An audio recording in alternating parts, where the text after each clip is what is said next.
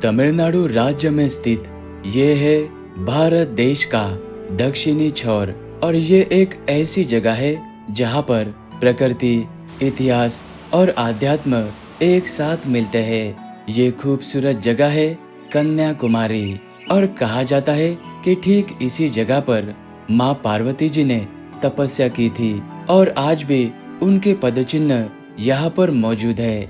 और कन्याकुमारी एक पवित्र धार्मिक स्थल होने के साथ ही में बहुत ही खूबसूरत पर्यटन स्थल भी है। तो मंदिर में दर्शन करने के बाद आप यहाँ पर और भी कौन सी जगहों पर घूमने के लिए जा सकते हैं और साथ ही में होटल से लेके खाने पीने तक कन्याकुमारी के इस यात्रा वीडियो में हम आपको संपूर्ण जानकारी देने वाले हैं। तो इस वीडियो को पूरा जरूर देखना। आप भारतीय रेल के माध्यम से डायरेक्टली कन्याकुमारी रेलवे स्टेशन तक आ सकते हो या फिर आप कन्याकुमारी से 17 किलोमीटर के दूरी पर स्थित नागरकोइल जंक्शन रेलवे स्टेशन तक आकर यहाँ से आप कन्याकुमारी तक जा सकते हो। और कन्याकुमारी आने के लिए नजदीक का एयरपोर्ट थिरुवनंतपुरम में है, जो कि कन्याकुमारी से लगभग 95 किलोमीटर के दूरी पर है।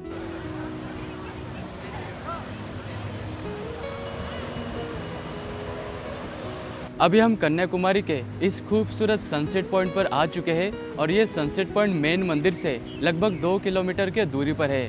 अपने भारत देश का सबसे खूबसूरत सनसेट आपको इसी जगह से देखने को मिलता है, क्योंकि ये भारत देश का सबसे दक्षिणी बिंदु है और यहाँ के भौतिक संरचना के कारण आप इसी एक जगह पर खड़े होकर सूर्योदय और सूर्यास्त यानी कि सनराइज और सनसेट एक साथ में देख सकते हैं। और जैसे जैसे सूरज डूबने लगता है आसमान का रंग बदलने लगता है, नारंगी, गुलाबी।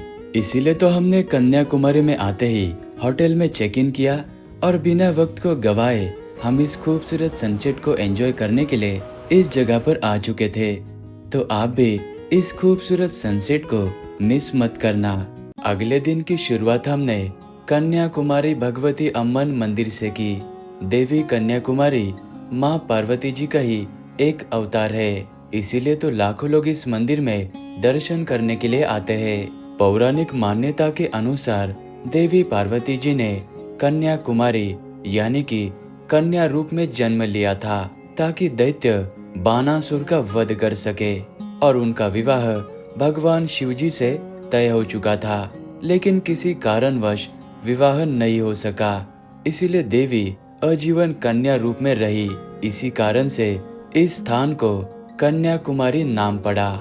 समंदर के किनारे पर बसा हुआ द्रविड़ शैली में निर्मित यह मंदिर 108 शक्तिपीठों में से एक पवित्र देवस्थान भी है और देवी कन्याकुमारी को शक्ति, पवित्रता और समर्पण का प्रतीक माना जाता है। मंदिर में दर्शन तो सुबह 4:30 बजे शुरू हो जाते हैं, लेकिन एक बात आप जरूर याद रखना, दोपहर के 12:30 बजे से लेके शाम के 4 बजे तक यह मंदिर बंद रहता है।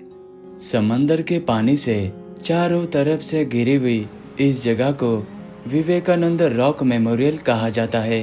1892 में स्वामी विवेकानंद जी इसी समंदर के रास्ते से तैरते हुए इस जगह पर आए थे। उन्होंने बनारस, अयोध्या और रामेश्वरम जैसे कई सारे धार्मिक स्थलों पर दर्शन करने के बाद वे इसी बड़े से पत्थर के चट्टान पर आए और उन्होंने इसी जगह पर 1892 में 25 दिसंबर से लेकर 27 दिसंबर तक लगातार 3 दिनों तक लोक कल्याण हेतु तपस्या की थी और उन्होंने इसी जगह से संकल्प लिया था। उन्हीं के याद में ये खूबसूरत सा मेमोरियल बनाया गया है। मेमोरियल के सामने आपको ये श्रीपाद मंडपम नजर आएगा। इस मंडपम के अंदर आपको माँ पार्वती जी के चरण पादुका यानी कि पद चिन्हों के दर्शन होते हैं और कहा जाता है कि माँ पार्वती जी ने इसी जगह पर कन्या के रूप में भगवान शिव जी की आराधना तपस्या की थी ताकि भगवान शिव जी उन्हें पति के रूप में मिल सके। मेमोरियल के पास में आपको ये 133 फीट ऊंची थिरुवल्लुवर जी की प्रतिमा नजर आएगी। थिरुवल्लुवर जी के इस प्रतिमा को बिल्कुल पास से देखने के लिए आपको इस कांच के पुल से चलकर जाना होता है और यहाँ से गुजरना, कांच में से समंदर के लहरों को देखना, ये अनुभव बहुत ही एडवेंचरस होता है। और ये अपने भारत देश का समंदर के ऊपर बनाया गया सबसे पहला ग्लास ब्रिज है। और थिरुवल्लुवर जी अपने पूरे भारतवर्ष के एक महान दार्शनिक थे और वे तमिल भाषा में कविताएं भी लिखा करते थे, यानी कि वे महान कवि भी थे। और मेमोरियल तक आने के लिए आपको इस तरह की बोट में बैठकर आना होता है, जिसका नॉर्मल टिकट 100 रुपीज का है और स्पेशल टिकट 300 रुपए का है। इस खूबसूरत समुद्र के किनारे पर बना हुआ ये है गांधी मंडपम, जहां महात्मा गांधी जी के अस्थियों के कलश को 12 फरवरी 1948 को समुद्र में विसर्जन करने से पहले जन दर्शन के लिए इसी जगह पर रखा गया था। और उड़ीसा वास्तुकला में बनी हुई ये इमारत 79 फीट की है, जो कि गांधी जी के मृत्यु के समय उनकी आयु को दर्शाती है। ये जगह मंदिर के पीछे स्थित है। अभी हम कन्याकुमारी में जो लाइट हाउस है उसके टॉप फ्लोर पर आ चुके हैं और यहाँ पर आते ही हमें बहुत ही मेस्मराइजिंग सीनिक व्यू देखने को मिला।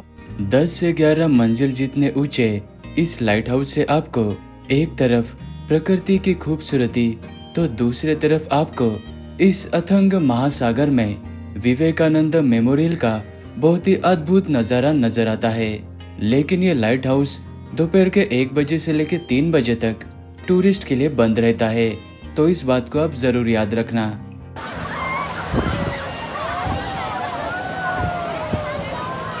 इस जगह को त्रिवेणी संगम कहा जाता है और यहाँ पर नदियों का नहीं बल्कि मिलन होता है महासागरों का। जी हाँ, यहाँ पर अरब सागर, बंगाल की खाड़ी, हिंद महासागर, ये तीनों विशाल सागर मिलकर बनाते हैं ये त्रिवेणी संगम, जो कि प्राकृतिक रूप से बहुत ही खूबसूरत है और धार्मिक दृष्टि से अत्यंत महत्वपूर्ण भी। और कन्याकुमारी में आने वाले सभी भक्तगण यहाँ पर शाम के समय में ये खूबसूरत सूर्यास्त देखने के लिए भी आते हैं। इस मंदिर को थानुमलायन स्वामी मंदिर कहा जाता है, जो कि कन्याकुमारी से 13 किलोमीटर के दूरी पर इस सुचिंद्रम नामक जगह पर स्थित है। और इस मंदिर का ये गोपुरम 11 मंजिल जितना ऊंचा है और इस मंदिर के गर्भगृह में एक ही लिंग के रूप में त्रिदेवों की उपस्थिति का दर्शन होता है। जी हाँ, ब्रह्मा, विष्णु, महेश, इन त्रिदेवों के साथ ही में मंदिर के भीतर अन्य देवता भी विराजमान हैं। और ये मंदिर दोपहर के समय में कुछ समय के लिए बंद रहता है, तो इस बात को आप जरूर याद रखना। अभी हम कन्याकुमारी से लगभग 55 किलोमीटर के दूरी पर स्थित इस खूबसूरत थिरुपारापू वाटरफॉल के पास में आ चुके हैं। यह खूबसूरत जगह तमिलनाडु राज्य के पश्चिमी घाटों के पास में स्थित इस खूबसूरत हरियाली से घिरी हुई है। और ये थिरुपारापू वाटरफॉल कोडयार नदी के ऊपर बने हुए डैम के ऊपर से लगभग 50 फीट के ऊंचाई से नीचे की तरफ गिरता है।